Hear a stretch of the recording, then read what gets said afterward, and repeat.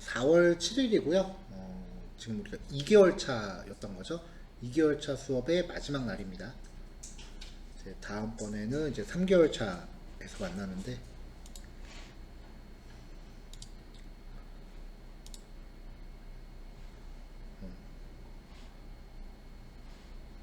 바로 4월 10일. 그냥 바로 다음 주 월요일이네. 자, 오늘 첫 번째로 진행할 내용은요, 이제 인터셉터라고 하는 애예요. 보통 우리가 인터셉트 한다라고 하면 중간에 뭔가 가로채는 걸 얘기하죠. 프로그램의 흐름을 중간에 가로챌 수 있는 기능에 대해서 이야기를 해볼 거예요.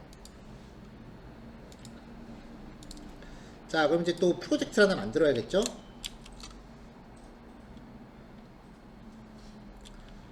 자, 스프링 이니셜라이저 통해서 크리에이트 메이븐 프로젝트 생성하겠습니다. 자, 버전 제일 위에 3.0.5 자바 스터디.스프링. 자, 프로그램 이름 아티팩트 아이디는 인터셉터라고 정할게요. 파일 패키지 타입은 워 JDK 17. 그 다음에 앞으로 매 수업마다 내용이 계속 누적된다 그랬죠. 그럼 우리가 선택했던 거는 롬보, 그 다음에 스프링 웹, 그리고 스프링 부트 데브 툴스, 요 세 가지가 앞으로 항상 기본적으로 딸려가는 애들이에요. 네, 오늘은 뭐 추가되는 그 항목은 없습니다. 자, 요거 세 가지 선택하고 맨 위에 거 누르면 이제 저장할 때 선택하라고 나오죠.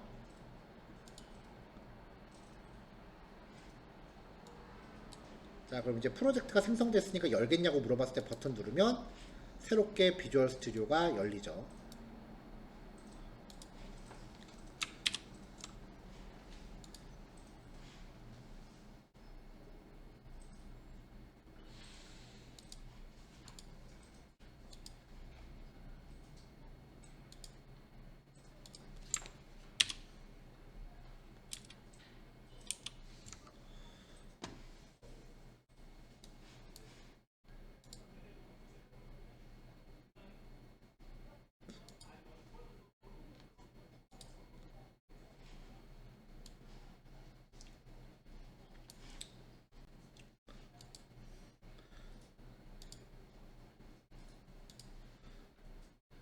이 git ignore 라는 파일이랑 help.md는 지워도 된다 그랬어요.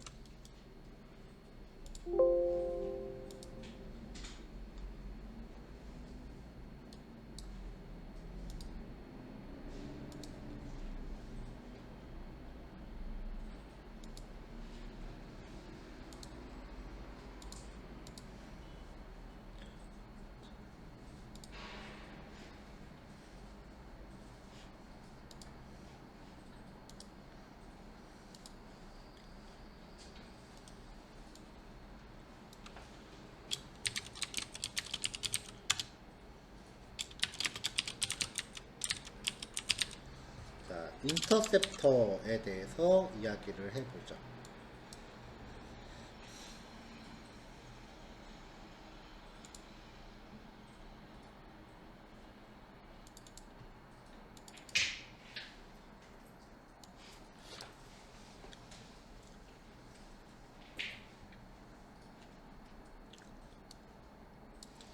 자, 지금 전체적으로 이제 수업에 진행되는 순서는 요 PPT 순서는 웬만하면 지금 지키고 있어요.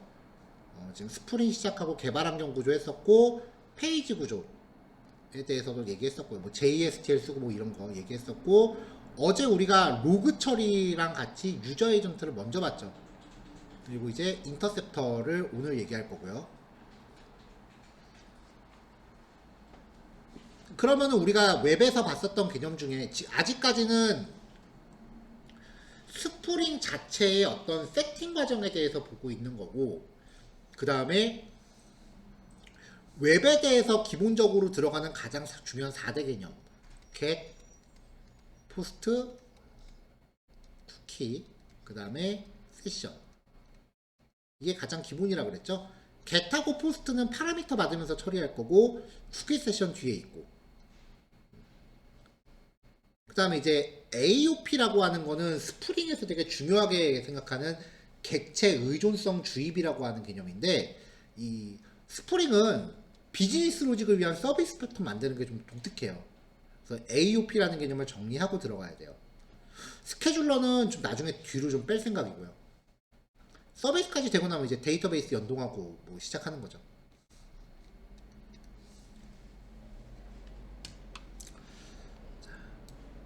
그래서 인터셉터가 무엇인지에 대해서는 그냥 PPT에 있는 텍스트로 설명을 해도 돼요.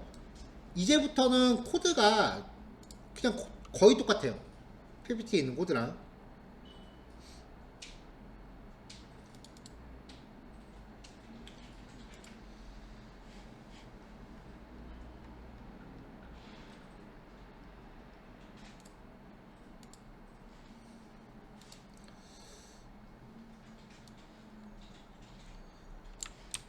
자, 그래서 이제 그 인터셉터라고 하는 거는 웹브라우저가 보내는 컨트롤러에 대한 실행 요청을 중간에 가로채서 어떤 일을 수행하게 하는 기능이에요. 주로 모든 웹브라우저가 공통적으로, 웹페이지가 공통적으로 동일하게 실행해야 하는 기능들을 구현할 수 있어요.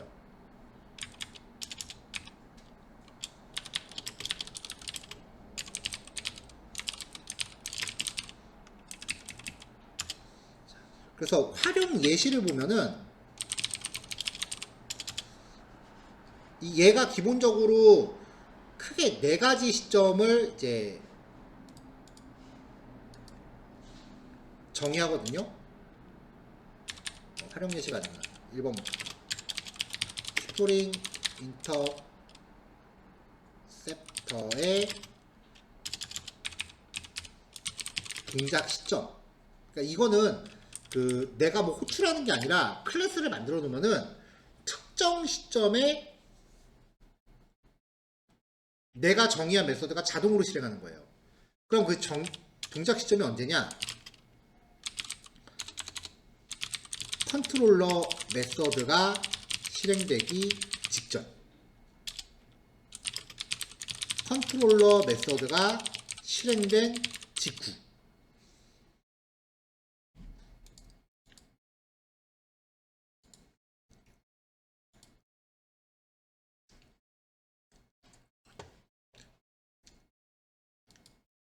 실행 완료된 직후. 자, 그럼 컨트롤러가 실행을 완료하기 전에는 하나가 또 있어요. 주로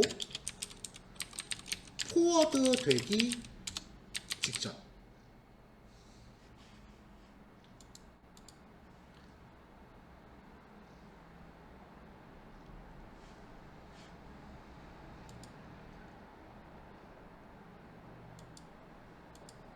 자, 기본적으로 이렇게 세 가지 시점이에요. 총 네가 이렇게 기본적으로 세 가지 시점이 그 스프링 인터셉터에서 생각하는 가장 중요한 포인트예요.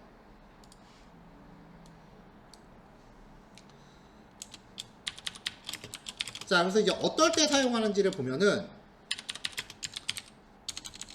컨트롤러가 실행되기 직전에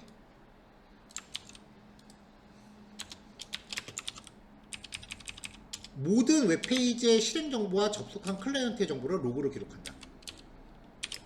로그인 여부를 판단해서 회원 전용 페이지에 접근할 수 있는가 없는가를 판단한다. 이런 것들이 있고요. 그 다음에 컨트롤러가 실행된 직후에는 페이지 실행 시간을 측정해서 이 페이지에 얼마나 머물렀는가, 이런 거를 측정해서 그 페이지에서 표시하는 컨텐츠의 인기도를 측정할 수 있는 지표를 쓸 수 있어요. 특정 페이지에 얼마나 오래 머물렀는가, 이런 것들이에요.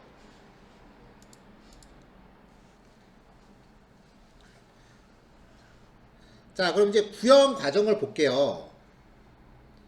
일단은 프로젝트부터 만들어야겠죠?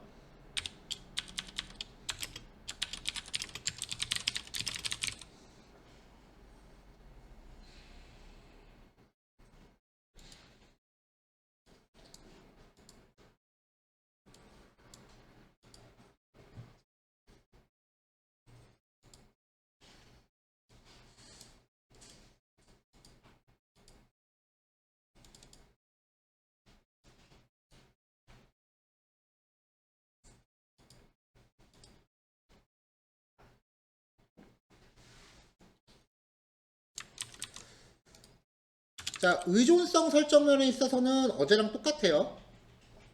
이제 롬복은 신규 추가, 어제까지는 신규 추가였는데 이제는 기존에 했던 거 가져온 거죠. 그리고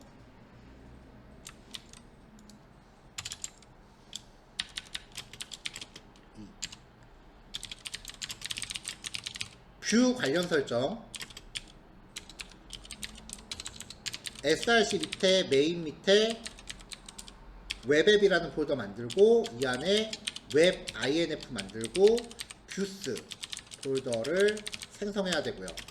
그리고 뷰 관련 설정을 스프링 설정 파일 있죠. 관련 설정을 이제 어플리케이션 프로퍼티스 파일에 명시해야 되죠.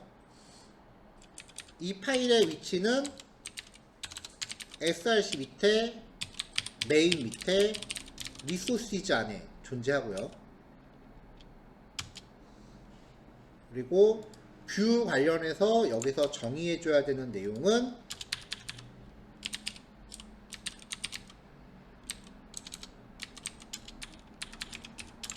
네, 요거였습니다.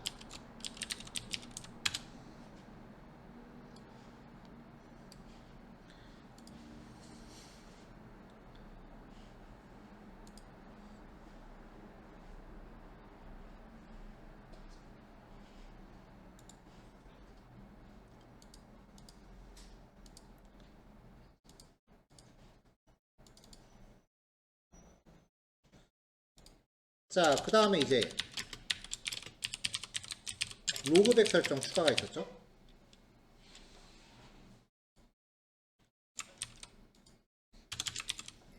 파일을 추가하고 그 설정에 필요한 기본 내용을 명시하시면 되죠.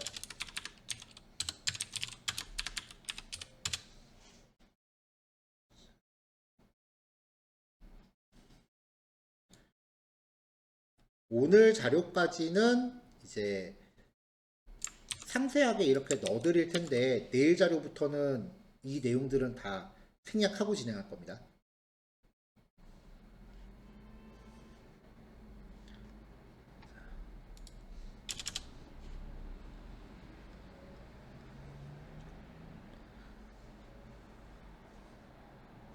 자, 그 다음에 이제 유저 에이전트 정보도 앞으로는 계속 쓸 거예요. 유저 에이전트 관련된 라이브러리도 앞으로는 쓸 거예요. 로그백 설정 추가 4번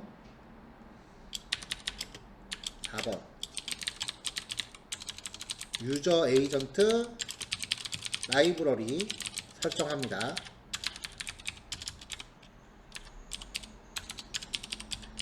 .xml에 의존성 추가하시면 됩니다.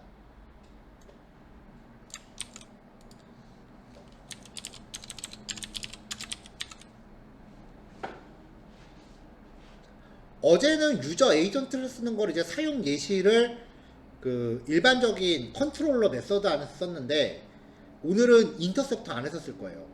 인터셉터 안에서 쓰면은 어제 우리가 접속했을 때 사용자의 브라우저 정보를 로그로 남겼잖아요. 그러면 인터셉터에 남기면 모든 페이지마다 남길 수 있게 돼요.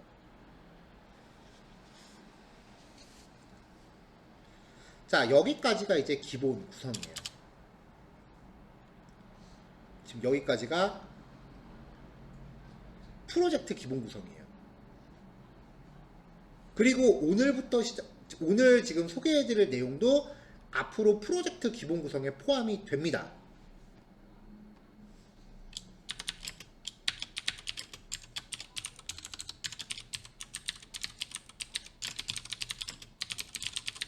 자, 인터셉터 클래스를 인터셉터 사용하기.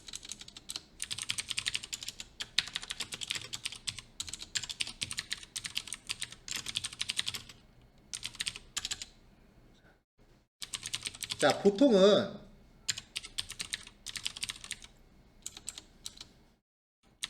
인터셉터를 위한 전용 패키지를 구성해야 하지만 이 단원에서는 예제이므로 별도의 패키지 추가 없이 진행할 거예요.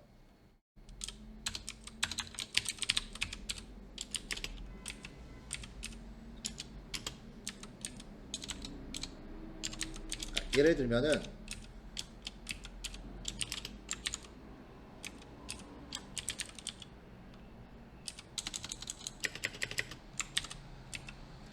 뭐 스터디점, 스프링점, 뭐 프로그램 이름 점 인터셉터 패키지 안에 뭐 로그인 체크 인터셉터 점 자바 뭐 이런 식으로 만드는 게 보통이긴 한데, 인터셉터들이 들어갈 패키지를 하나 만드는 게 보통이긴 한데, 오늘은 패키지 안 넣고 그냥 기본 패키지 안에 넣을 거라고요. 클래스 이름도 그냥 자기가 맘대로 정하면 돼요.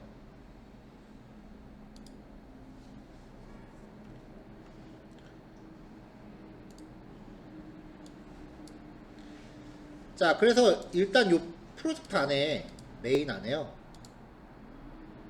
프로젝트 안에 클래스를 넣을 거예요. 새 파일 my interceptor 자바. 앞으로 클래스 이름에 my가 붙는 거는 요 my가 붙는 애들은 이름은 여러분들의 상황에 따라 알아서 정하라는 의미로 쓰세요. 이거를 이제 앱 인터셉터 뭐 이런 식으로 약간 있어 보이게 정하면은 항상 무조건 그 이름만 써야 된다고 생각하는 경우가 있더라고요. 이름을 여러분들이 정해도 되는 것들은 앞에다 my를 붙일게요. 그게 좀 혼선이 좀 적을 것 같아요.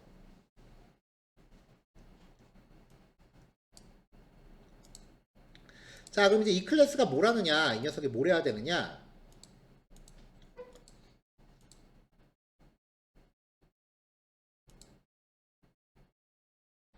얘는 핸들러 인터셉터라는 인터페이스를 상속받아야 됩니다.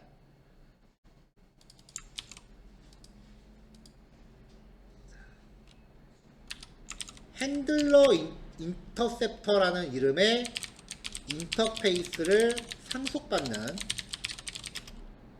의미의 클래스를 정의합니다. 여기서 클래스 이름을 myInterceptor.java라고 지은 거예요. 그럼 얘한테 임플리먼트 핸들러 인터셉터를 상속을 받아요.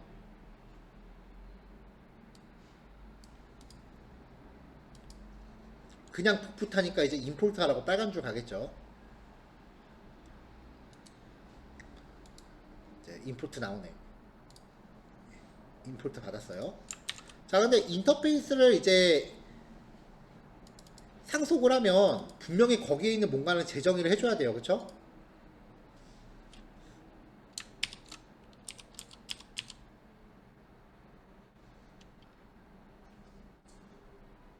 있을 것 같은데? 없네.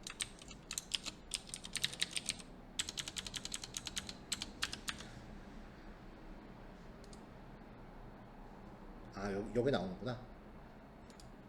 자, 인터페이스 상속받고 이게 기본 기능이거든요.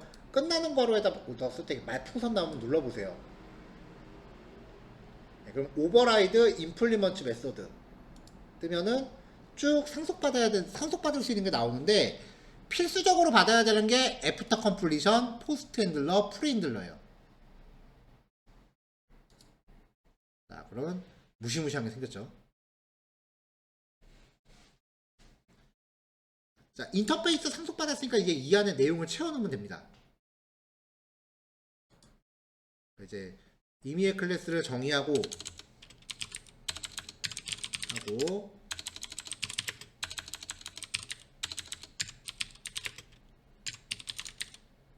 인터페이스가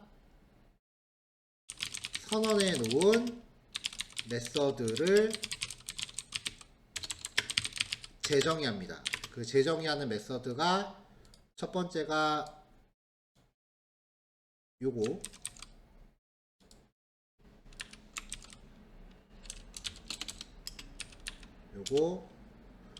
두 번째는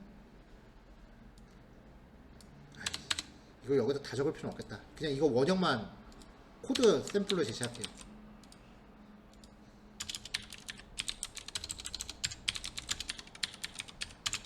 이렇게 자바의 원형. 자, 그럼 이제 이 각각의 메서드가 무슨 역할을 하는지 알아야 되잖아요. 자, 순서대로 실행 순서대로 메서드를 재배치할게요. 지금 얘는 알파벳 순서로 배치한 거거든요.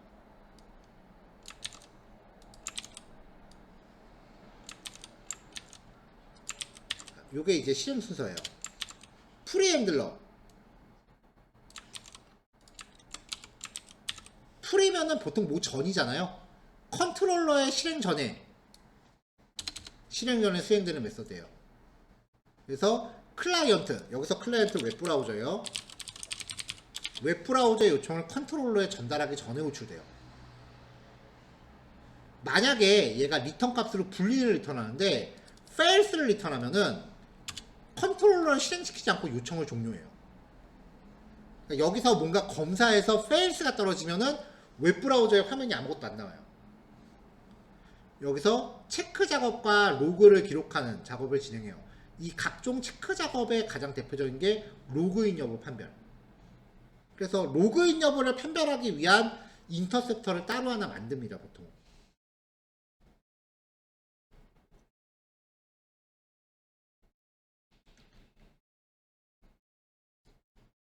자, 우리는 여기서 SLF4j 롬복이었죠? 이거를 일단 때려봤고 리턴 값은 그냥 그대로 두고요.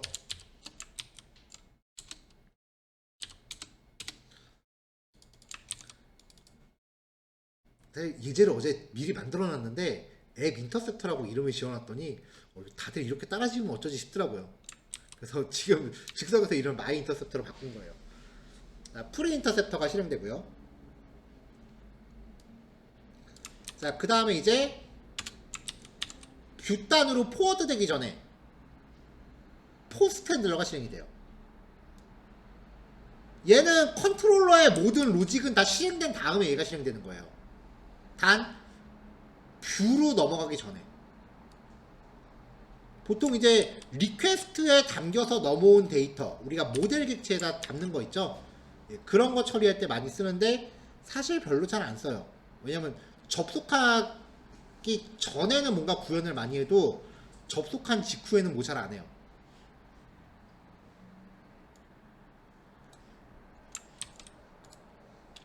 자, 마지막은 컨트롤러 종료 후에 뷰가 정상적으로 렌더링 된 후 제일 마지막에 실행되는 메서드. 그러니까 이거는 웹브라우저에 화면이 다 출력됐어. 그 다음에 여기가 실행돼요. 근데 이미 웹브라우저의 결과 다 나갔는데 뭐 해서 뭐해? 뒷북 쳐서 뭐 하려고? 별로 활용도 없습니다.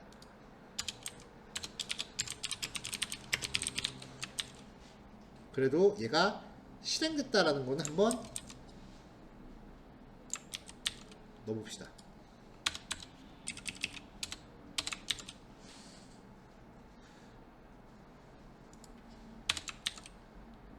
자, 원형을 이걸로 한번 다시 바꿀까요? 주석까지 있으니까. 원형 플러스 기능 설명.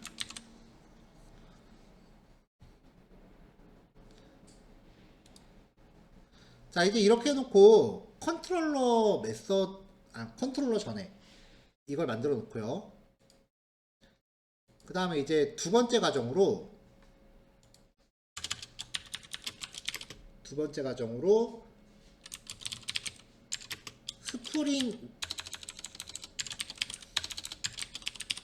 스프링부트의 웹 설정 클래스를 추가해요.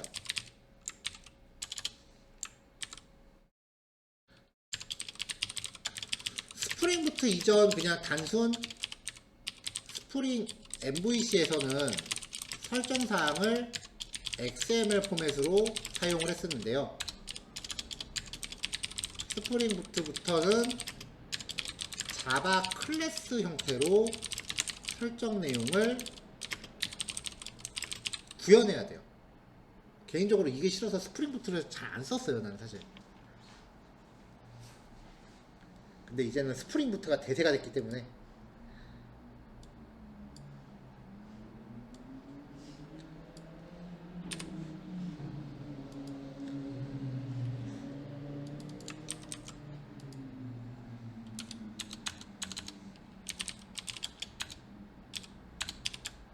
됐지만, 자, 구현을 위해서 웹 MVC 콘피귤러 인터페이스를 상속받는 임의의 클래스를 추가합니다. 이거는 설정 파일이기 때문에 따로 패키지 안 만들어요, 보통. 프로젝트 패키지 최상단에 보통 임의의 클래스를 추가합니다.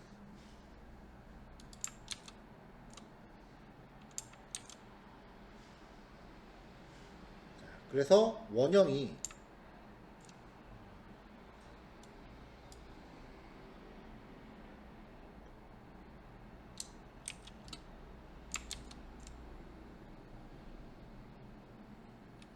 잠깐만요. 인터셉터 레지스트리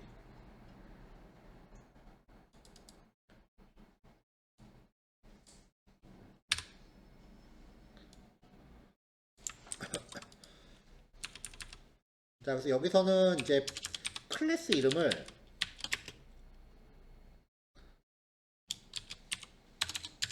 my web config.java로 정했어요. 자, 클래스 원형이 보통 이렇게 돼요. 자, 여기에서 이제 조금 전에 만든 my 인터셉터를 스프링의 인터셉터 형태로 레지스트리 등록하는 거예요. 직접 정의한 my 인터셉터를 스프링에 등록. 이러면서 이제 기본적으로 모든 경로에 대해, 모든 URL에 대해서 다 동작을 하는데, 여기에 exclude path pattern 이라고 등록하면은 슬래시 헬로로 혹은 슬래시 월드 이렇게 시작되는 URL에서는 얘가 동작을 안 해요. 만약에 여기에 슬래시 별 이러면 헬로 밑에 있는 모든 URL에서 동작을 안 해요. 이렇게 넣어놔도 되겠네요.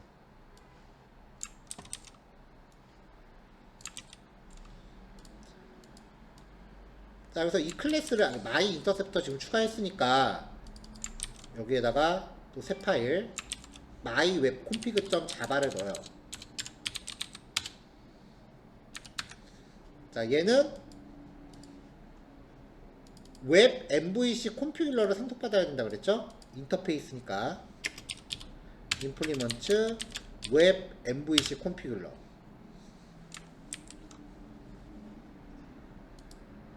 자, 그럼 여기 재정의하는 것도 나왔죠? 메서드 엄청 많아요. 우리가 정의할 거는 이 add interceptor 요겁니다. 인터셉터를 추가하기 위한 기능이니까 add interceptor만 넣으면 돼요.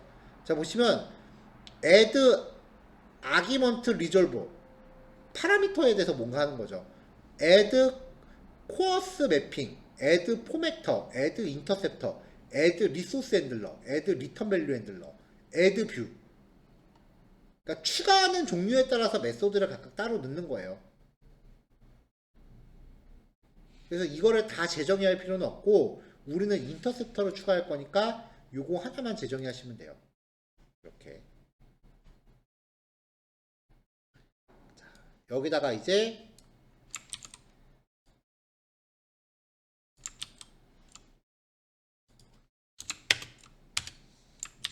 인터셉터 레지스트레이션이라는 객체를 만들어요. 내가 만든 마이 인터셉터를 통해서. 이렇게 하고 이제 만듭니다.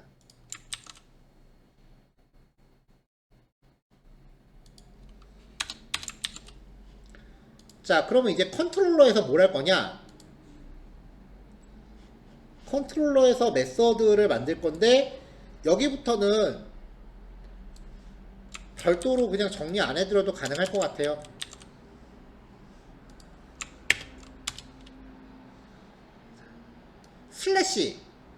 슬래시는 그냥 HTTP 로컬호스트 8080 딱 거기까지만 입력했을 때 나오는 페이지예요. 메인, 헬로, 월드 이렇게 각각 4개의 페이지를 만들었어요. 다른 거는 여러분들 맘대로 만들어도 되는데 헬로하고 월드 2개는 꼭 만드세요. 왜냐면은 아까 여기에 헬로하고 월드는 실행하지 말아라 라고 넣어놨잖아요. 요거 확인할 거니까 헬로하고 월드만 꼭 넣어놓으시고 나머지는 여러분들이 넣고 싶은 대로 넣으세요. 대신에 이 인터셉터는 뷰가 실행되기 전에 라는 시점도 있기 때문에 뷰를 반드시 써야 돼요. 그러니까 리스폰스 바디는 쓰시면 안 되겠죠. 걔는 뷰를 안 쓰는 거니까. 그 차이만 염두하시면은 이제 뷰도 별거 없이 그냥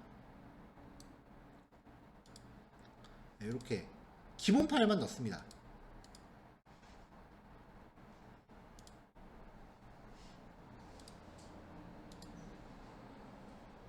자, 이렇게 해놓고 이제 실행을 해볼게요. 빼먹은 거 없겠지?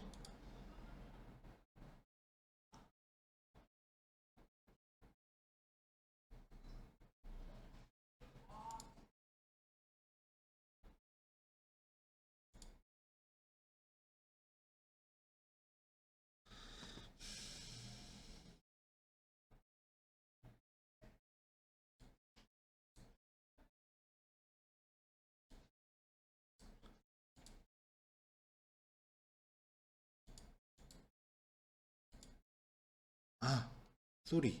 빼먹은 거 있다.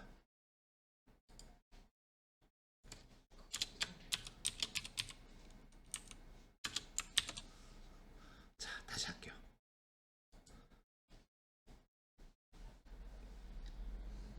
어쩐지 여기 엔드포인트 매핑이 아무것도 안 나오더라.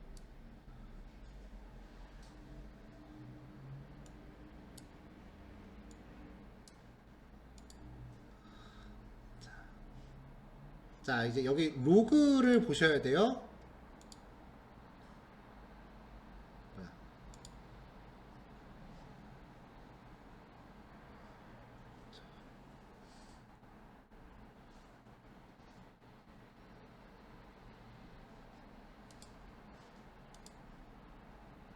빼먹은 거 또 있네. 뷰 경로 설정 안 해줬네. 그러니까 되게 여러 번 해보셔야 돼요. 설정할 게 한두 개가 아니기 때문에 이거를 자 하나도 안 빼먹고 한 번에 성공하기가 쉽지는 않아요. 근데 결국은 해내야 돼. 혹은 자기가 뭔가 잘못하더라도 내가 뭐 잘못했다는 걸 빨리빨리 캐치해야 돼요. 자, 다시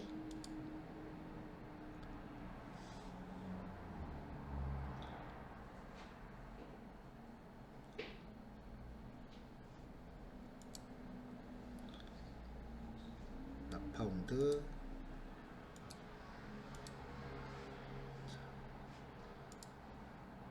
내가 경로 잘못 넣었나?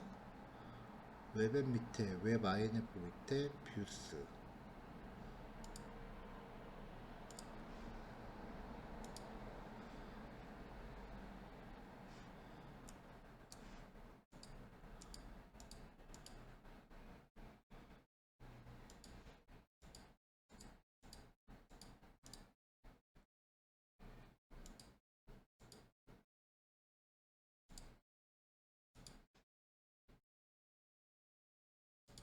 이번에는 잘못 넣은 게 없는 것 같은데. 로그스 로고는 잘 만들어졌고, 네. 유경로를 지금 못 찾고 있네요. 헬로 인덱스 메인.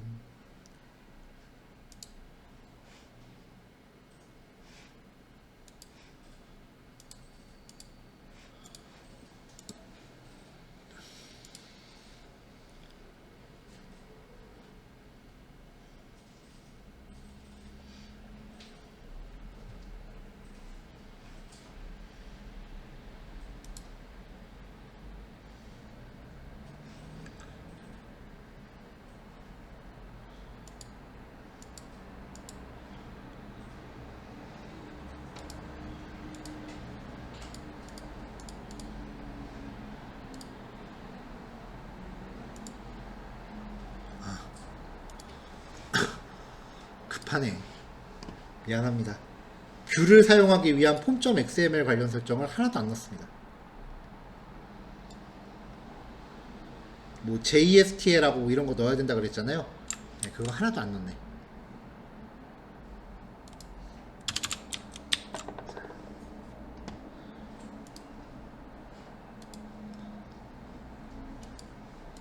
자, 다시 실행합시다. 이제 됐을 것 같아요.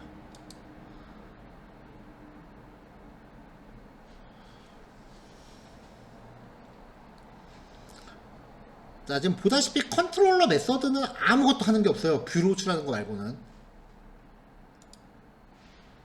자, 헬로 인덱스. 그 다음에 헬로 메인 월드. 자, 페이지는 다 떴고요.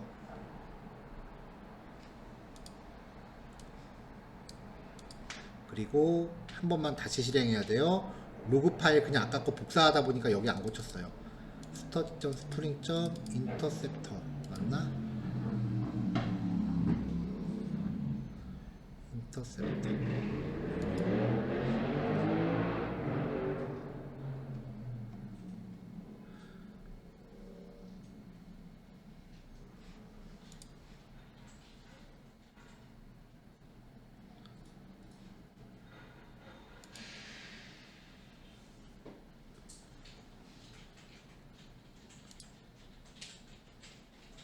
어?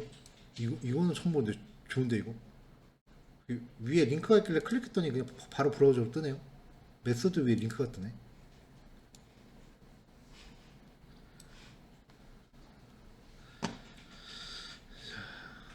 이거는 됐고.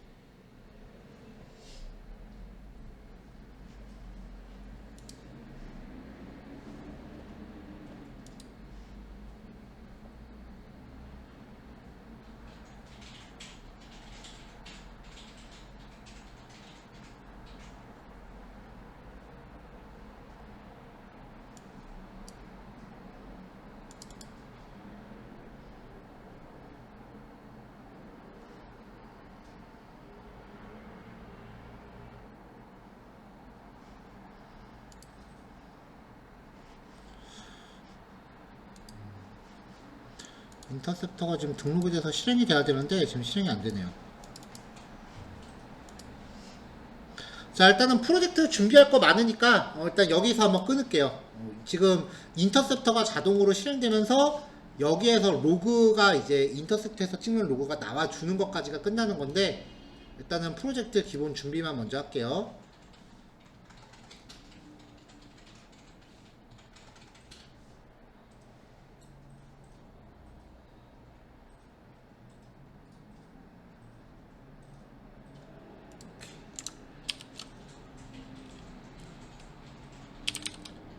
자, 일단 여기서 그 파일 한번 할 거고요. 이따가 내용 추가되면은 PDF 파일도 한번 갱신해서 다시 배포하겠습니다.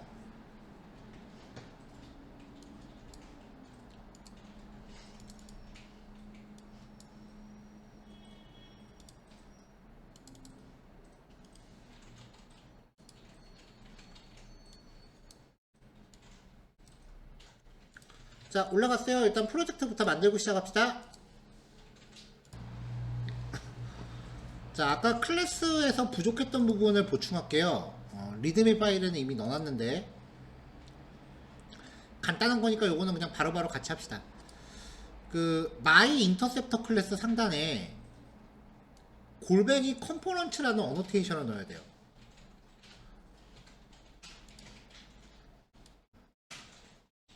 자, 골뱅이 컴포넌트라는 어노테이션을 넣으셔야 되고요. 그 다음에 마이 웹 콘피그 클래스 안에 맨 위에 콘피그레이션이라는 어노테이션을 또 넣어야 돼요.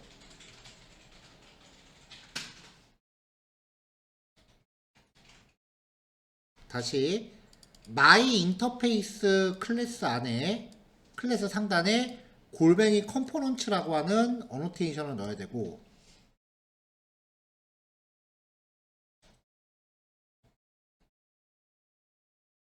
넘어갈게요. my 웹 콘피그 클래스 상단에 골뱅이 configuration이라는 그 어노테이션을 넣어야 됩니다.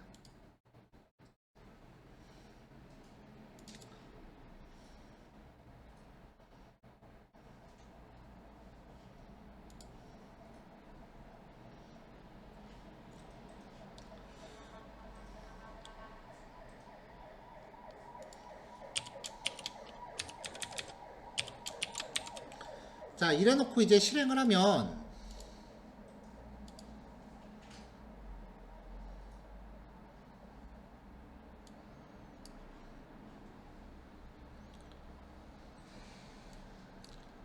자, 여기 get 페이지에 접속을 할게요. 저는 크롬으로 띄우도록 해놨어요. 자, 메인 페이지에는 my 인터셉터 실행됨, 그 다음에 포스트 핸들러 실행됨, 애프터 컴플리션 실행됨 찍혔죠. 헬로에 접속해도 똑같이 찍히죠. 메인에 접속해도 찍히고 월드에 접속해도 찍히고. 자, 여기 설정된 걸 보면은 헬로라는 거 하위에 들어있는 걸 접속할 때 쓰라는 거지 헬로 자체는 포함이 안 돼요.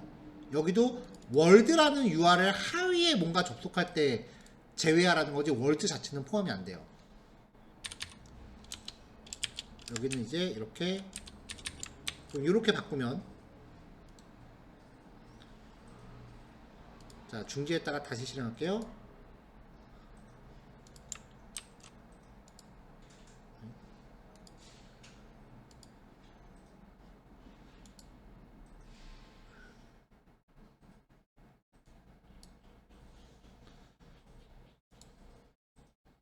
자, 다시 가동이 됐어요. 자, 메인에 붙으면, 자, 로그 나왔죠? 그 다음에 그냥 슬래시 인덱스에 붙었을 때, 그리고 메인에 붙었을 때도 로그 나오죠? 응? 왜 헬로랑 월드가 같이 나오냐? 안 나와야 되는데 요거는 확인을 좀 해봐야겠네요. 왜 이거 안 고쳐졌지?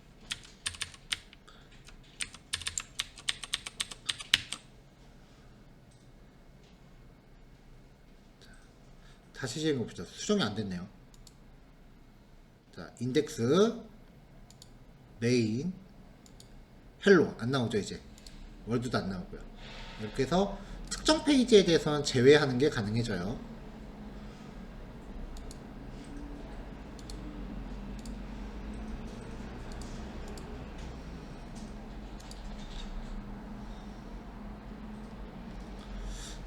자, 여기까지가 이제 인터셉터에 대한 내용들인데, 그럼 이제 이 마이 콘피그는 여기서 끝난 거고, 마이 인터셉터에서는 이제 어떤 내용을 구현하느냐, 이제 이걸 봐야죠.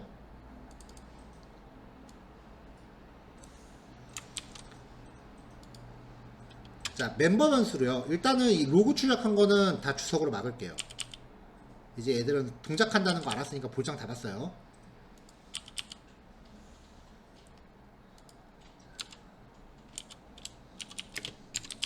페이지에 접속 시각을 저장할 변수를 하나 정의하겠습니다. 롱 타입에 스타트 타입, 그 다음에 페이지에 접속 실행 시각, 실행 시작 시각, 그 다음에 실행 완료 시각을 저장할 변수가 롱 타입의 엔드 타임을 0으로 잡겠습니다.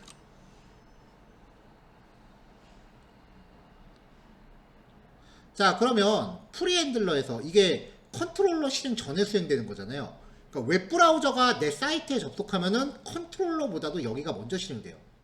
그러니까 이 프리핸들러가 최초 접속 위치라고 보시면 됩니다.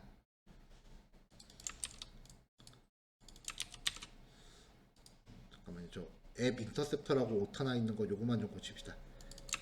마이 인터셉터, 마이 인터셉터. 오케이. 자, 그래서 프리 핸들러에서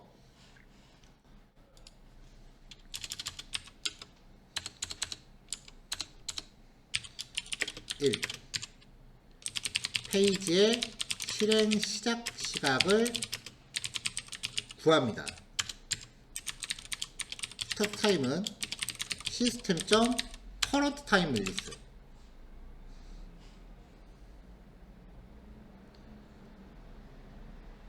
자, 그러면 포스트 핸들러가 뷰단으로 넘어가기 전에 실행되는 거예요. 그러니까 이 뷰로 포워드가 된다라는 거는 컨트롤러 실행이 끝났다라는 거거든요. 여기서 1 컨트롤러의 실행 종료 시각을 가져옵니다. 여기가 호출됐다라는 건 컨트롤러가 자기 할 일 다 했다는 얘기예요.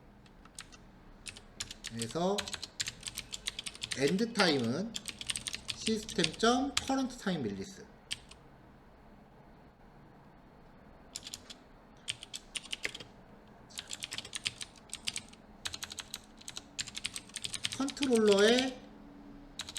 컨트롤러가 실행하는데 걸린 시각을 구합니다. 엔드 타임에서 스타트 타임을 빼면 컨트롤러가 실행한 시간을 알 수 있어요. 이거를 로그로 남겨요. 그럼 웹브라우저가 나한테 접속했을 때 컨트롤러가 실행하는데 얼마나 걸렸는지를 알 수 있고, 그 실행하는 중간에는 뭐 DB 연동이라던가 뭐 그런 것들이 다 포함이 되어 있을 거 아니에요. 그게 1초 넘어가면 무조건 다시 만드세요. 웹페이지가 컨트롤러가 실행하는데 1초 넘어간다? 무지하게 느린 거야. 최초 첫 번째 실행은 어쩔 수 없어요. 컴파일 되는데 걸리는 시간이 최초는 들어갈 수 있지만 두 번째, 세 번째 접속할 때도 그만큼 걸린다. 이건 잘못 만든 거예요.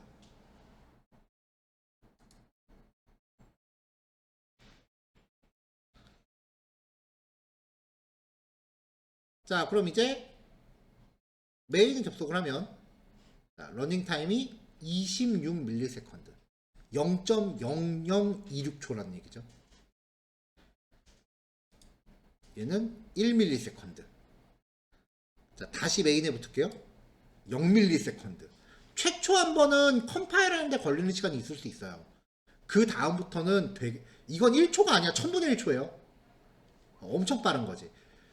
컨트롤러 실행 자체는 되게 빨리 실행이 되는데 통신을 통해서 이 HTML 코드 같은 걸 전송하는데 시간이 걸릴 수는 있어요. 그래서 우리 체감 시간은 이거보다 더 오래 걸리는 건데 그건 인터넷 속도인 거지 스프링 실행 속도랑은 관련이 없어요. 자, 이렇게 해서 실행 시간을 하나 얻어냈고요. 좀 더 가볼까요?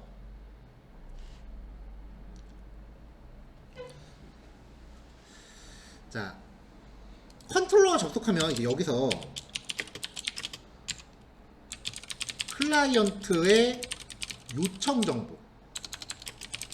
요청 정보라면 URL입니다. 확인하기. 자, 현재 URL을 획득할 땐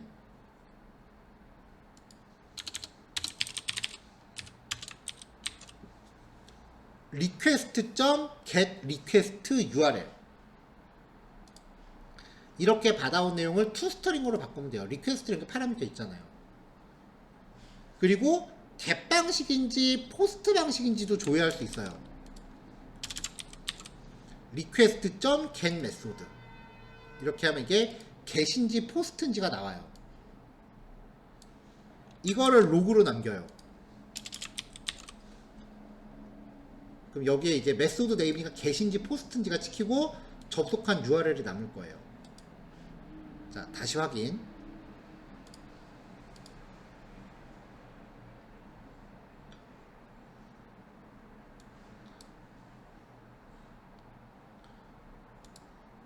자, 그러면은 get 방식으로 이 페이지에 접속을 했고 이 페이지 접속에 실행 걸리는 시간은 16ms다.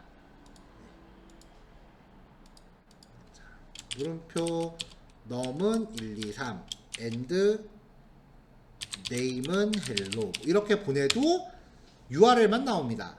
쿼리 스트링은 따로 가져와야 돼요. 자, 그럼 get 방식인지 포스트 방식인지 조회하고요. 쿼리 스트링 문자열을 다 가져와 봅시다. URL에서 물음표 이후에 전달되는 get 파라미터 문자열을 request.getQueryString이라고 하면은 다 가져와요. 자, 그러면 지금 이렇게 URL에 쿼리 스트링이 있으면은 이걸 가져올 텐데 이게 없으면 안 가져올 거 아니에요. 그래서 가져온 값이 있다면 이 URL에다 결합을 해요. 가져온 쿼리 스트링이 있다면 URL에다 결합을 해요. 자, 그럼 이제 아까 접속했을 때는 그냥 메인까지 붙으면 로그에 이렇게 localhost 8080/main 이렇게 붙는데 여기 이제 쿼리 스트링을 붙였다. 아까는 안 나왔죠? 이제는 나올 겁니다. 그러니까 만약에 내가 request.getParameter라고 했을 때 변수값이 안 나온다. 그럼 일단 여기 봐야지. 여기에 있으면은 프론트엔드에서 보냈는지 안 보낸 건지 아니면 컨트롤러에서 못 받은 건지를 구별해야 돼요. 여기에 나와 있다라고 하면은 프론트엔드에서는 정상적으로 보낸 거야. 그럼 내가 못 받은 거죠. 그럼 컨트롤러를 고쳐야지. 근데 여기에도 표기가 안 돼 있다. 그럼 HTML을 고쳐야지.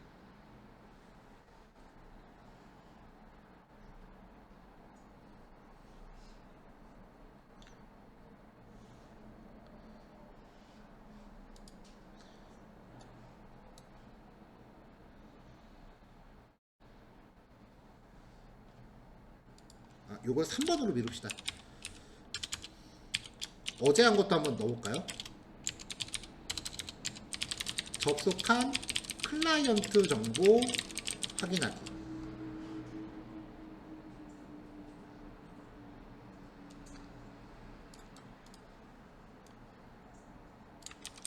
자, 어제 우리는 유저 에이전트를 처리하는 UA파서라는 기능을 확인했었죠. 이걸로 웹브라우저 정보를 가져오는 거 확인했었어요. 그래서 유저 에이전트 값으로 웹브라우저 정보 가져와요. 그 다음에 클라이언트, 디바이스 타입, 운영체제 버전, 브라우저 버전 이렇게 출력을 할 거예요. 자, 일단 여기에 넣을 때 이제 디바이스 종류, PC인지 뭐 핸드폰인지 이런 정보는 단일 문자열이고 운영체제랑 브라우저 버전은 문자열인데 버전 정보는 널인 경우도 있고 아닌 경우도 있었어요. 그래서 일단 OS 버전, os.major라는 값 뒤에 마이너가 널이 아니면 점 붙이고 마이너 넣어주고 그렇지 않으면 빈문자열을 넣어라. 유저 에이전트 웹브라우저 버전도 같은 로직으로 넣습니다. 3학년 산자는 기억나죠? 자, 이제 요것들을 전부 결합해서 클라이언트 인포라는 변수를 만들게요. 요 fmp에다가 디바이스 패밀리, OS 패밀리, OS 버전 아까 요 변수 그 다음에 웹브라우저 패밀리, 웹브라우저 종류와 웹브라우저 버전 이렇게 해서 클라이언트 인포를 만들어서 얘를 로그로 기록할게요.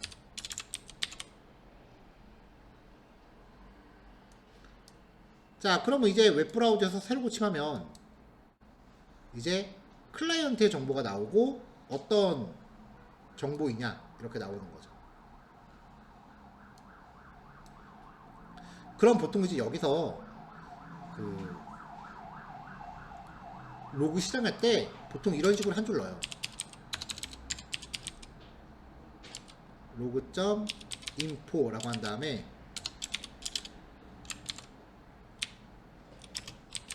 new client connect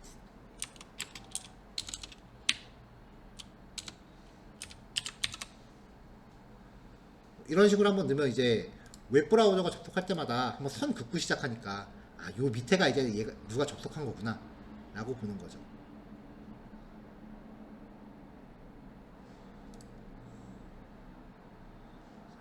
이제 슬 고침할 때마다 이렇게 선이 한 번씩 쭉 가니까 알아보기 좀 쉬울 거 아니에요, 그쵸? 마지막에 줄 받고 말하는 거 같네.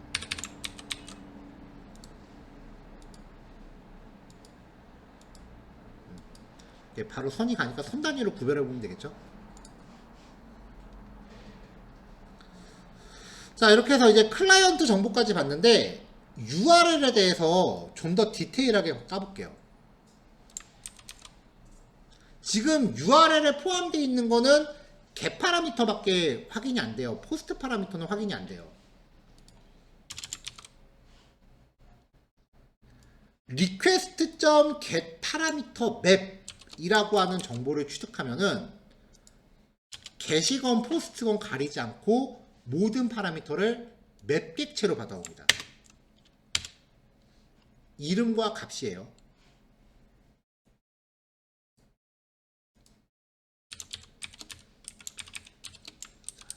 자, 그럼 이제 요 이름만 가지고 반복을 돌게요. params.keyset 이라고 호출하면은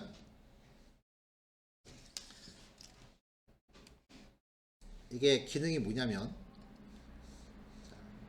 맵으로 맵 안에 맵은 키하고 밸류 형태로 들어가죠. 아까 파라미터를 num은 1, 2, 3, 그 다음에 age는 hello 이렇게 넣었다고요. 이게 맵으로 들어있을 텐데 키셋이라고 하면은 이름만 뽑아서 배열로 리턴해요. 여기가 num 그 다음에 age 이렇게 이름으로 구성된 배열이 되는 거예요. 이거를 포문으로 걸었으니까 얘는 num과 age가 되겠죠.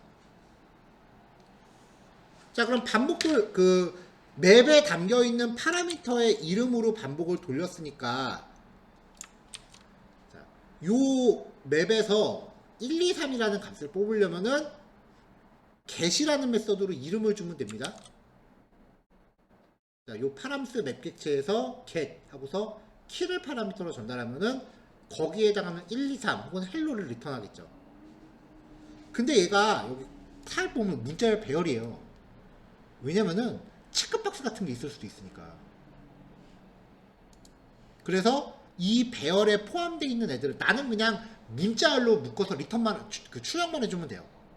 스트링.join 메서드로 묶어서 로그를 기록할 거예요. 파람 이름은 뭐다. 얘가 배열일 테니까 사이사이에 콤마 넣어서 문자열로 결합.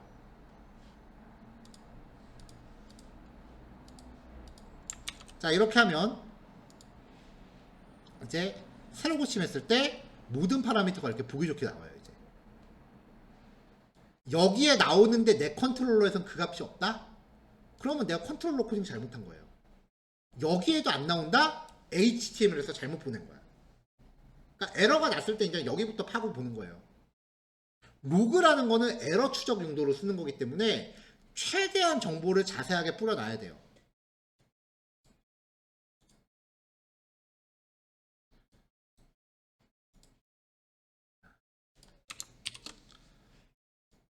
자, 지금 우리가 하고 있는 게 이 네트워크 탭에서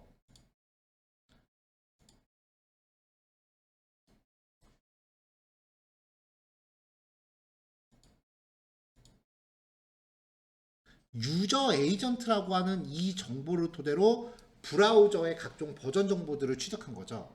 그 다음에 URL 처리했고요. 이 헤더 정보 중에 또 하나가 있어요. 지금 여기는 없을 수밖에 없네.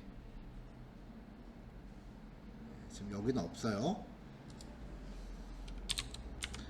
자, 네이버로 접속한 다음에 여기에 블로그로 갔다. 블로그 section.blog.naver.com이에요.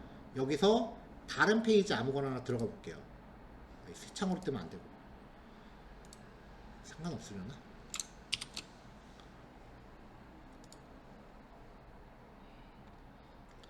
뭐 이미지고 뭐고 다 들어와서 그래요.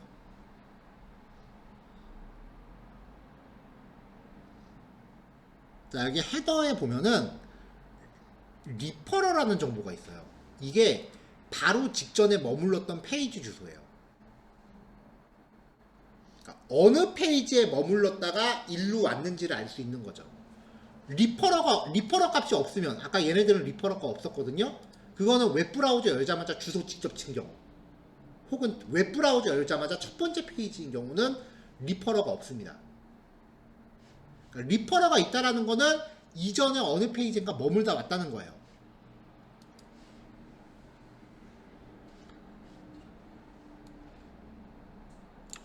자, 그래서 네 번째 단계. 자, 클라이언트가 이전에 머물렀던 페이지를 확인합니다. 스트링 타입의 리퍼러는 request.get header, 또 헤더 가져와요. 리퍼러. 이게 이전에 머물렀던 페이지야.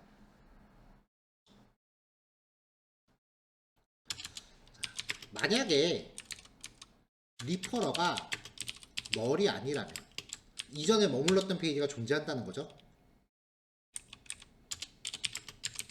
이전에 머물렀던 페이지가 존재한다면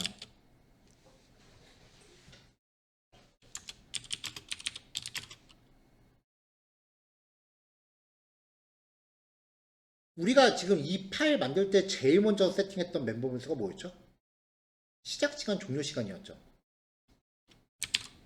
이전 종료 시간이 측정됐다라는 건 웹브라우저의 화면이 나갔다는 얘기예요. HTML 코드가 웹브라우저한테 나갔다는 얘기야. 직전 종료 시간과 이번 접속의 시작 시간과의 차이는 이전 페이지에 머문 시간을 의미합니다.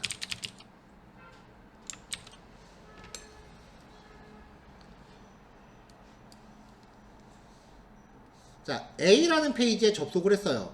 그러면 맨 처음에 스타트 타임 얻었죠. 그 다음에 엔드 타임 얻었죠. 자, 스타트 타임이 뭐 0이고 엔드 타임이 1이었다고 칩시다. 그럼 이거 빼면 이 페이지의 실행 시간은 1초라는 뜻이 되잖아요. 그 다음에 A에서 B로 넘어갔어.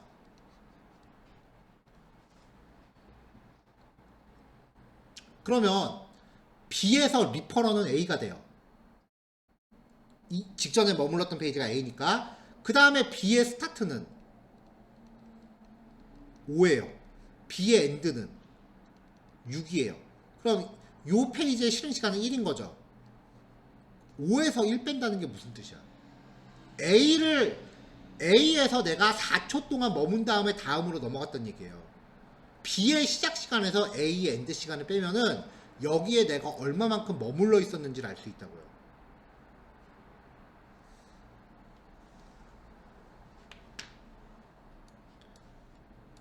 그래서 이전 엔드 타임이 일단 0보다 크다면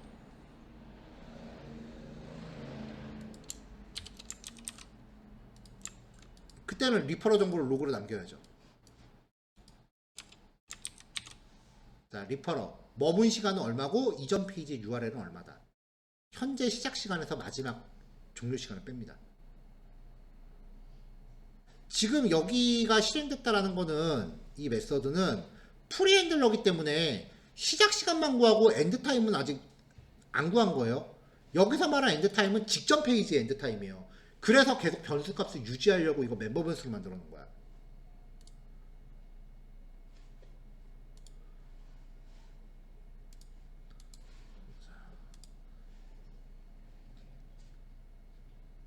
자, 이제 인덱스에서 메인으로 링크 한번 볼게요.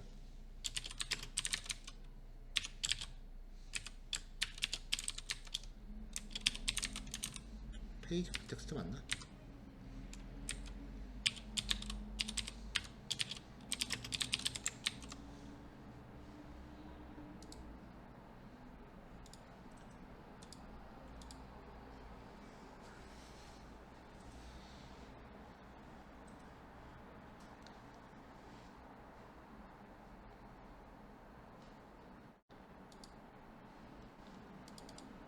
자, 메인을 띄웠어요. 메인에 접속한 장비는 아더. 스마트폰이 아니고서는 전부 아더라고 나온다고 했죠. 윈도우 10이고 크롬 111.0이에요. 현재 접속한 주소는 로컬호스트 8080이고 페이지가 실행되는데 걸린 시간은 296ms예요. 가동하고 첫 접속이니까 좀 걸렸네요. 자, 제가 설명하는 동안 지금 몇 초 동안 머물러 있었죠. 이제 메인으로 갑니다. 자, 그럼 메인에서 지금 뭐가 지금 안 나오긴 하는데 이건 뭐 그렇다 치고 일단 로고 떴으니까.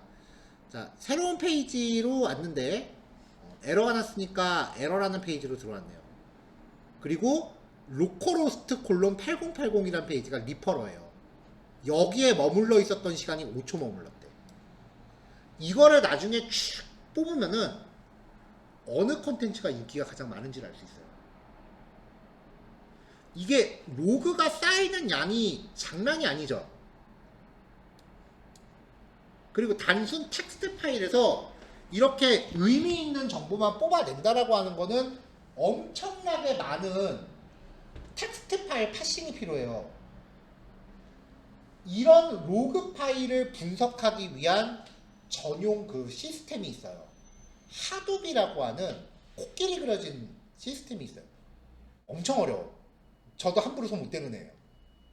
걔가 이제 엔지니어들 입장에서 빅데이터 다룬다라고 하면 이런 걸 다뤄요. 엔지니어의 빅데이터와 통계 분석가의 빅데이터는 달라요. 통계 분석가는 진짜 통계학을 들먹이는데 엔지니어는 여기에서 의미 있는 정보를 뽑아요. 어떤 페이지가 여기에서 가장 언급이 많이 된 URL은 이용자가 가장 많이 접속한 페이지겠죠. 그 페이지들 중에 머물렀던 페이지가 시간이 가장 긴 페이지는 분명히 그 컨텐츠가 인기가 있는 요인이 있을 거예요. 그걸 분석해서 마케팅 방안으로 뽑는 거죠. 로그는 활용도가 무궁무진해요. 단순히 폼 잡으려고 남기는 게 아니야. 실버 프레임워크를 일단 로그부터 잡고 시작하는 게 원칙이에요. 그래서 제일 먼저 수업에 넣은 거고. 다른 수업은 로그 언급도 안 할 거야 아마. 왜냐면 화면에 보이는 거 만드는 게 급급하니까. 근데 저는 회사 들어가서 꼬꼬마 때 눈에 보이는 페이지를 만지지도 못했어. 만지지도 못하게 해. 실력 없다고 만지지도 못하게 해. 로그나 만들래. 저는 첫 프로젝트에서 제가 했던 일이 로그 만드는 거였어요. 이거는 안 이뻐도 되잖아. 어차피 내부 자료니까.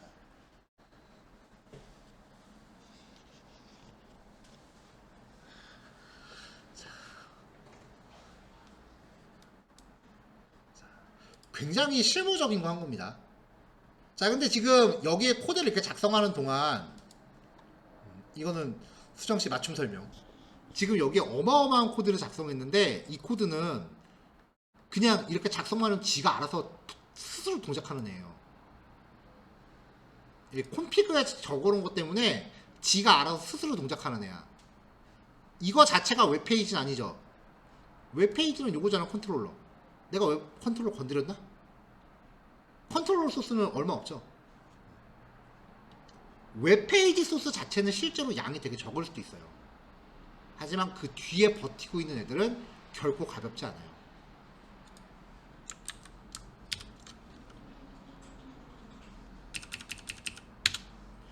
그러니까 눈에 보이는 게 전부 다가 아닐 수도 있습니다.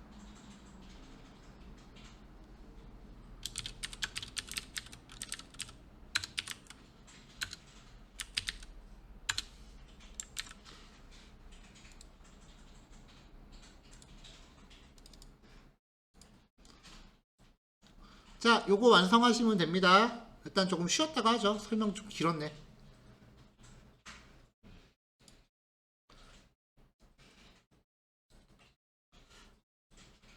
이게 제가 여기 코드에 보면은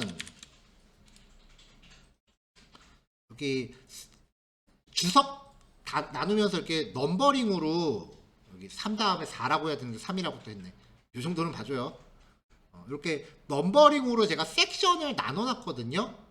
그러니까 끝까지 다 코딩하고 결과 확인하면은 에러 났을 때 되게 힘드니까 요 넘버링한 섹션 단위로 나눠서 실습하시고 중간 확인하고 그렇게 가세요. 안 그러면은 에러 났을 때 진짜 잡기 되게 어려우니까. 자, 실습할게요.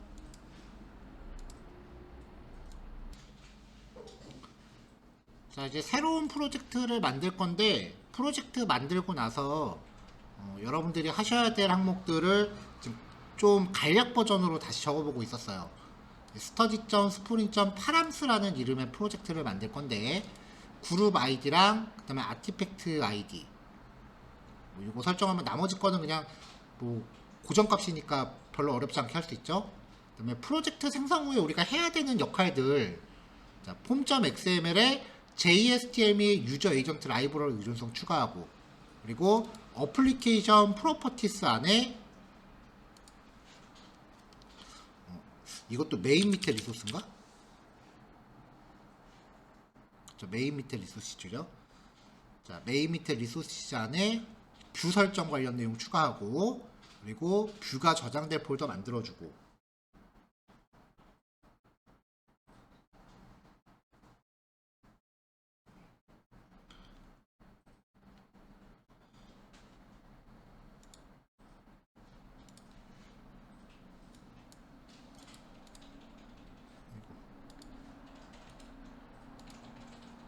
자, 이게 그 1번 헬로 스트링에서 봤었던 내용이고, 그 다음에 로그 만들 때 봤던 내용.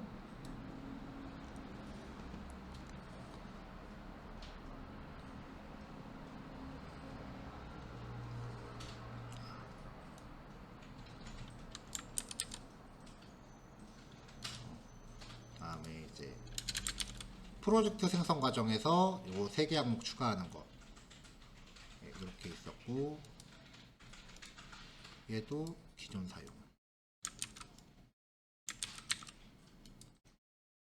자, 그 다음에 로그 설정 파일.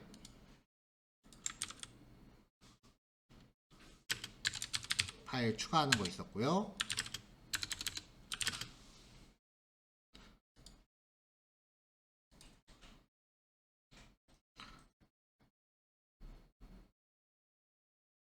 유저 에이전트까지 왔고, 그 다음에 이제 인터셉터 프로젝트에서 우리가 봤었던 내용이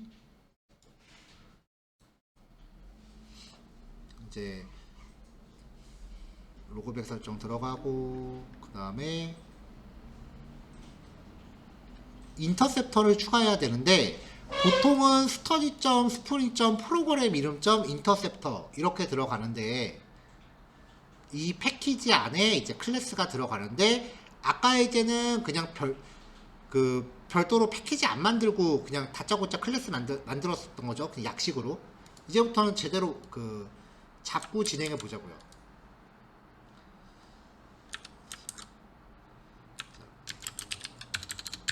패키지를 추가하고, 그 안에 일단 my 인터셉터 클래스 정의하시면 되고요.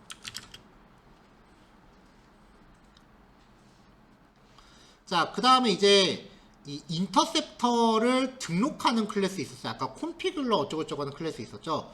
그 클래스는 용도상 프로젝트 패키지 루트에 그냥 만드시면 돼요. mywebconfig.java, 이것도 이름을 제가 임의로 mywebconfig라고 했는데, 얘도 myInterceptor 클래스가 아니라 보통 이제 이름을 기능에 맞춰주니까 로그 인터셉터 뭐 이런 식으로 정해주는 게 맞고요. 그 다음에 아까 mywebconfig라고 되어 있었는데, 얘 같은 경우도 웹 MVC 콘피그를 상속받는 그냥 웹 콘피그, 보통 그냥 웹 콘피그라고 적어요. 아니면 그냥 콘피그라고만 적던지. 그래서 프로그램 이름 패키지에 웹 콘피그 클래스 정의.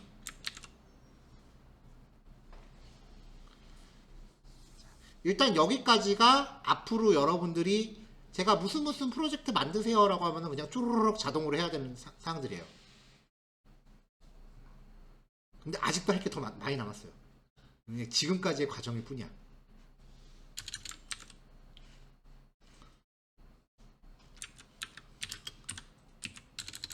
자, 지금은 컨트롤러가 이 무슨 어플리케이션 여기에 그냥 컨트롤러를 같이 넣고 있죠.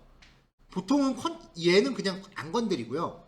컨트롤러를 위한 패키지와 클래스를 따로 뺍니다. 이제부터는 컨트롤러용 클래스와 패키지 따로 갈 거예요.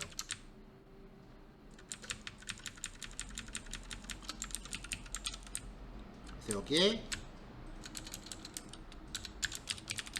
컨트롤러스 패키지를 추가. 어떤 클래스가 들어갈지는 이제 예제마다 달라질 거니까 여기까지. 자, 일단 여기까지가 기본 구성할 내용이에요.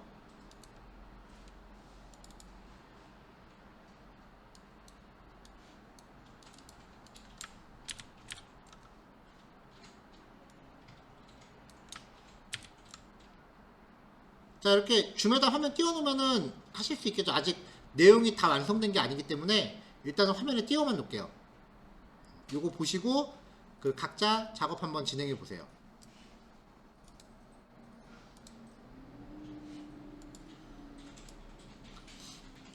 할 게 점점 많지?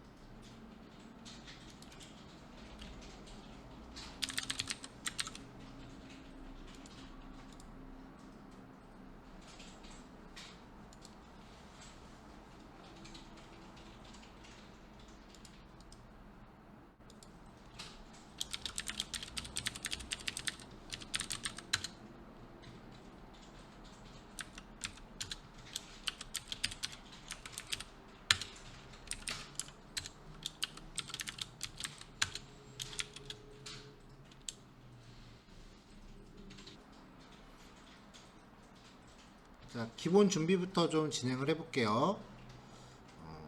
앞으로는 이제 우리가 만들 페이지들이 점점점 늘어날 텐데, 지금까지 우리가 했었던 거는 하나의 컨트롤러 클래스에 다 때려박는 거였죠. 매번 그렇게 짤 수는 없어요. 여러분들이 보통 웹사이트의 페이지 수가 얼마일지는 모르겠지만 보통 저는 한 30에서 50페이지를 기준으로 잡거든요. 그러면 클래스 하나에다 메서드를 50개를 다 넣으면은 스크롤 내리다 손가락 부러져요. 그래서 이제 컨트롤러 단위로 클래스를 쪼갤 거예요. 각각의 클래스에 몇 개의 메서드가 들어가는지 정해진 기준은 없어요. 그냥 여러분들이 쪼개고 싶은 대로 쪼개는 거예요. 그리고 모든 클래스에 위에 골뱅이 컨트롤러 라고 매겨주면은 지가 알아서 이 URL들을 이제 가동을 시켜요. 모든 요것만 넣어주면 돼요. 예전에 비하면 진짜 쉬워진 거야. 예전에 이렇게 만들고 나면 XML 파일 또 열어갖고 어떤 URL은 어떤 클래스라고 다 매핑해줘야 됐는데 그게 없어졌어요. 요거 골뱅이 컨트롤러만 넣으면은 알아서 인식해요. 자, 그래서 이제 이 골뱅이 컨트롤러를 넣어서 홈 컨트롤러, 겟 컨트롤러, 패스 컨트롤러, 포스트 컨트롤러 라고 총 4개의 클래스를 준비했는데 일단은 홈 컨트롤러만 먼저 해놓으세요.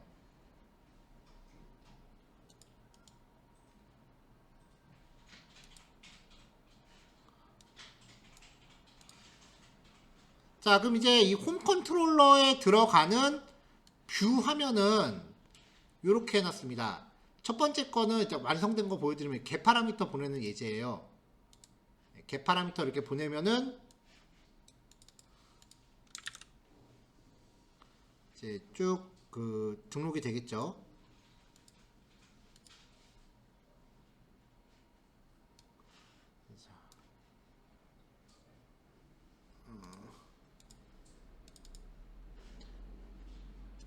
그 다음에 두 번째 거는 포스트 파라미터 전송 예제고 마지막 세 번째는 처음 소개하는 방식이에요. 자, 일단은 겟 파라미터, 포스트 파라미터는 금방 할 것 같고 뭐가 됐건 일단 준비부터 해야 되니까 이렇게 테스트를 위한 첫 화면, 홈 화면만 먼저 만들게요. 자, 지금 드린 게 홈 컨트롤러고요. 두 번째로 드린 게 홈 컨트롤러에서 쓰는 뷰 파일입니다. 이것만 먼저 준비하시고 잠깐 쉬었다가 마무리합시다.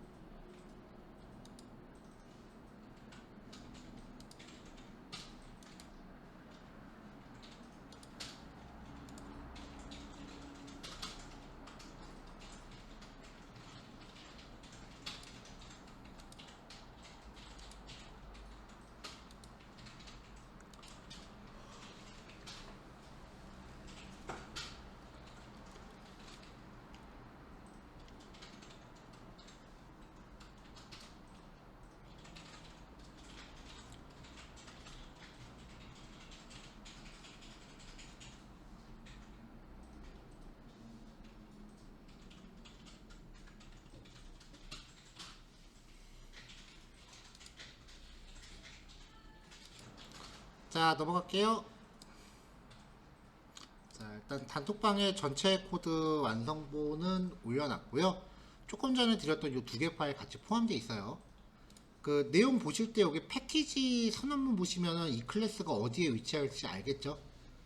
그리고 HTML 코드는 무조건 뷰 폴더에 있는 거니까 뭐 딱히 말 안 해도 될 거고요.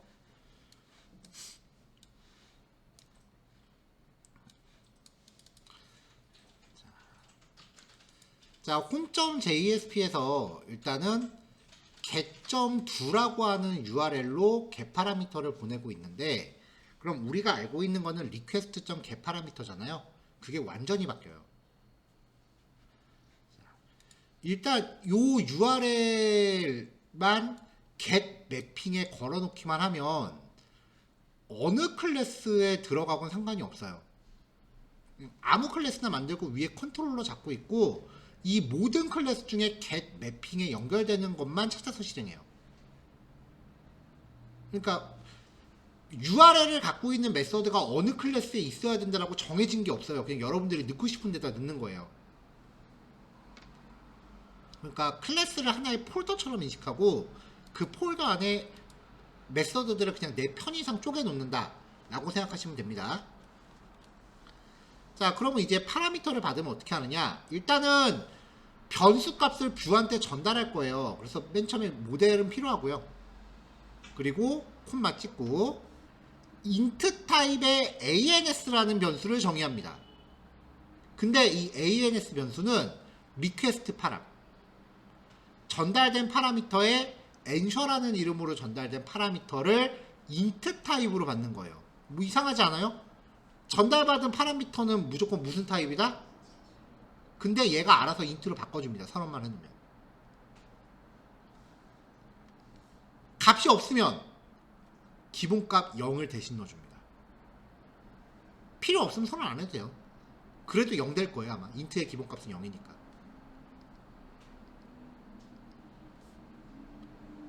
겁나 편하죠? 포스트 파라미터도 이렇게 선언만 하면 지가 알아서 받아요. 단점은 파라미터 받는 게 많아지면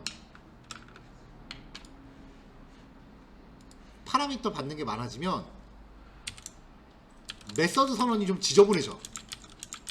이런 식으로. 단점은 이게 단점이에요. 자, 이거 받아서 그 결과로 출력할 문자열 하나 준비한 다음에 ANS로 들어온 게 300이면 정답, 그렇지 않으면 오답.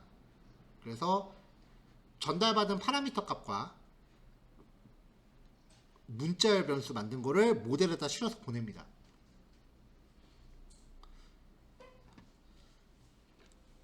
통상적으로 파라미터 이름과 변수 이름은 편의상 똑같이 맞춰요.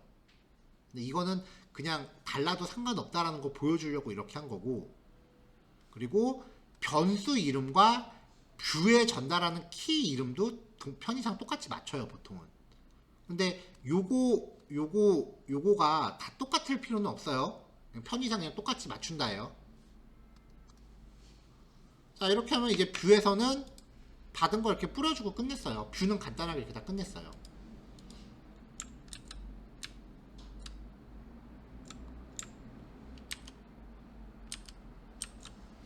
자, 그 다음에 이제 다시 home.jsp 보면은 여기 오타 있네. 컨텍스트 패스 안에 post.do 라고 해서 이제 값들을 넘기고 있죠. 그럼 post.do는 여기 포스트 컨트롤러라는 데 따로 정의했어요.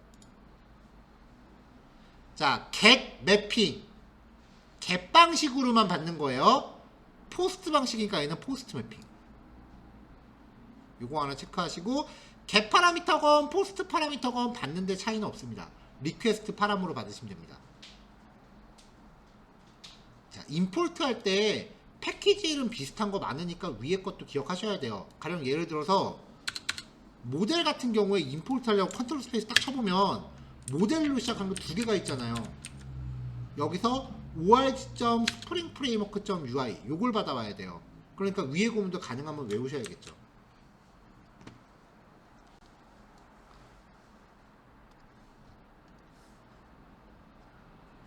자, 세웅씨 외워야 돼요? 이해했지? 아까 여기 얘기한 거 맞죠? 내가 아까 이해를 잘 못했거든 질문을?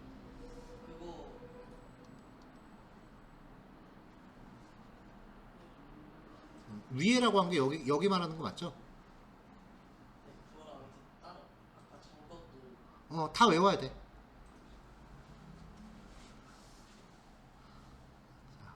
자, 그래서 유저네임으로 전달된 거는 스트링 변수로 받았고요. 스트링 변수니까 기본값은 빈 문자열.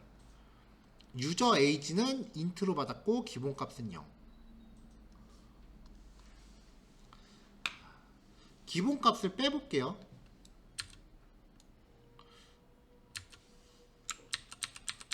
자, 기본값을 뺀 상태에서 실행을 하면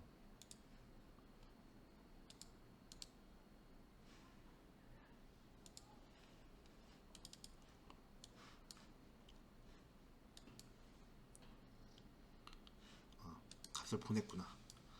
지우고 해서 보내면 기본값이 없으면 에러 나네요. 400 잘못된 접근.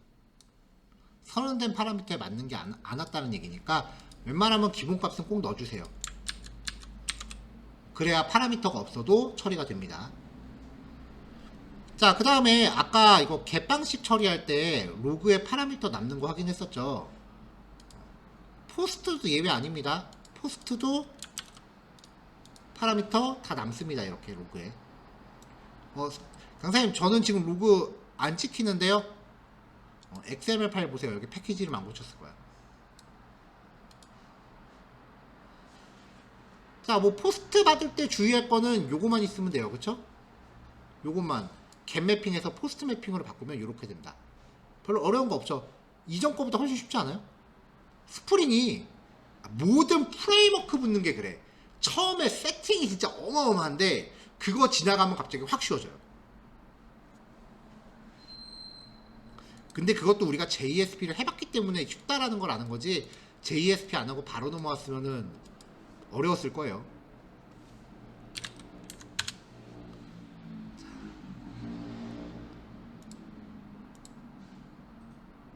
자, 여기 보면은 요일 값이 지금 겟 파라미터로 전달되고 있고요. 그쵸? 그 다음에 여기 겟 파라미터로 타이틀 아이디라고 된 게 아마 웹툰 번호겠지. 거기에서 클릭하면은 여기 NO라고 하는 거 아마 회차 번호일 거예요. 자, 이렇게 겟 파라미터를 보내는데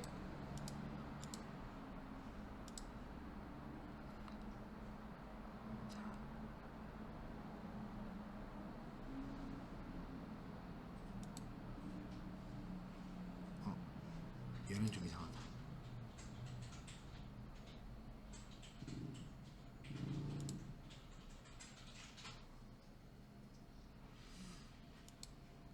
어느 페이지를 봐야 할까? 자,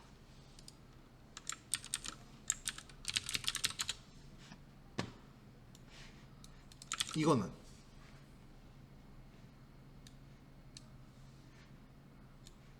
자, URL이 이렇게 돼 있어요. 설마 폴더 이름을 이렇게 만들었을까? 숫자가 가득한 걸로? 자, 여기 목록 열기에서 목록에서 같은 페이지를 새 창으로 띄워볼게요.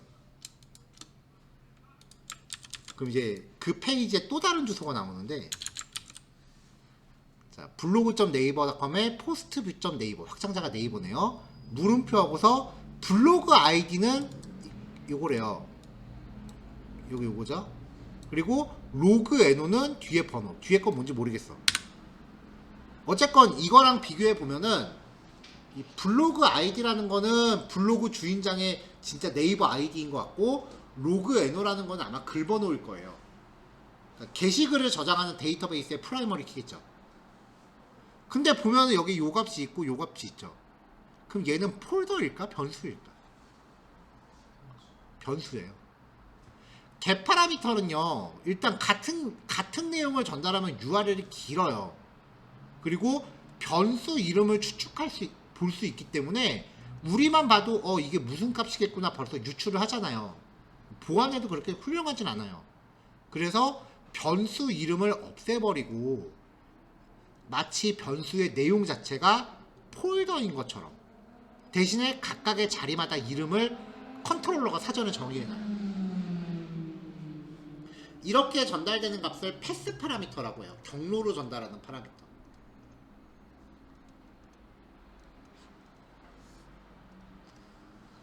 자, 그래서 세 번째 파라미터 형식은 패스 파라미터입니다. 홈.jsp에 보면은요, 패스1, 패스2, 헬로 월드 1, 2, 3, 4, 투바 5, 6, 7, 8 이렇게 보냈어요. 무작위로 보낸 거예요. 자, 얘네를 받기 위해서 패스 컨트롤러라는 걸 추가합니다. 패스 파라미터는 겟 방식의 일종이에요. 그래서 받을 때 get 매핑으로 받고요. 밸류는 없어도 되는데, 밸류 없어도 돼요. 자, 경로를 지정하는데 중괄호로 적힌 데가 있죠. 그러면 중괄호로 적혀 있는 데는 변수예요. 변수 선언이에요. 자, 요 자리에 들어오는 어떤 단어를 txt1이라는 이름으로 해서 패스 베리에이블 문자열 타입의 txt1 변수에 매핑합니다. 요 자리에 들어오는 어떤 내용을 txt2죠. 패스 베리에이블을 앞에다 적으면 문자열 타입의 txt2로 매핑합니다. 데이터 타입은 맘대로 정하세요. 자, 요 자리에 있는 값은 패스 베리에이블 int 타입의 num입니다.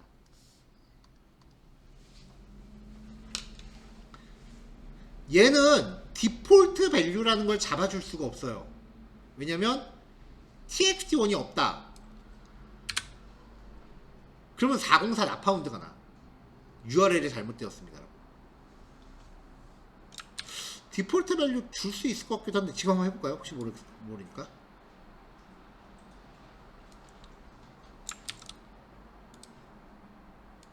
될 것 같기도 하네요. 근데 패스 파라미터의 디폴트 값을 정해줄 생각을 한 번도 안 해봐서. 아, 안 들어가네. 에러 나네. 그쵸? 패스 베리에이블에는 디폴트 밸류라는 게 이제 정해지지 않았대요. 패스 베리에이블은 기본값을 못 줍니다. 자, 여기서 이렇게 받은 값만 이렇게 모델에다 실어갖고 바로 전달했어요. 따로 연산 같은 거 안 했고요. 기본값을 정할 수는 없지만 여기에 선언된 요 값과 그리고 매핑되는 변수 이름을 쪼갤 수는 있어요. 밸류는 안 들어가도 될 것 같은데? 이름은 줘도 돼도 안 줘도 돼요. txt1이라는 이름으로 들어온 값을 text value 1이라는 변수에 연결해라. txt2라는 이름으로 들어온 애를 text value 2에다 넣어라. num이라는 이름으로 들어온 애를 number value에다 넣어라. 됐죠? 근데 만약에 뒤에 요게 안 넣으면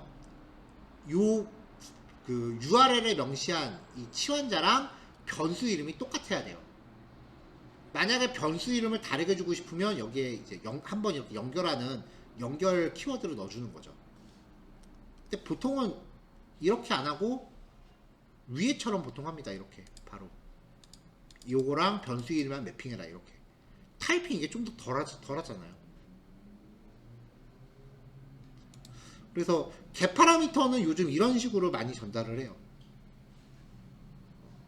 뭐 특별한 건 아니고 그냥 get 파라미터의 일종이다 라고 생각하시면 되고요. 이게 좋고 뭐 물음표 있는 거는 안 좋다 그런 건 아니에요. 그냥 둘 다 비등비등하게 쓰이는데 솔직히 말해서 이게 좀 더 있어 보이긴 해. 뭐 보안상 다 좋고 그런 거 그냥 다 무시하고 이게 좀 더 있어 보이긴 해요. 자, 요거까지 구현해서 완성하시면 돼요. 그래도 어제까지는 하루에 1개씩 겨우 했는데 오늘은 하루에 2개씩 간다 이제. 이제 속도 좀 정상화된 것 같으니까 다음 주에 만나면 열심히 달려봅시다. 아마 다음 주에 DB 연도까지는 들어갈 것 같아요. 그래서 목표가 다다음 주에 스프링 끝내는 거예요. 자, 요거 실습하고 각자 정리하시면 돼요. 여기까지 할게요. 수고하셨습니다. 자, 줌 접속 끊으셔도 됩니다. 네.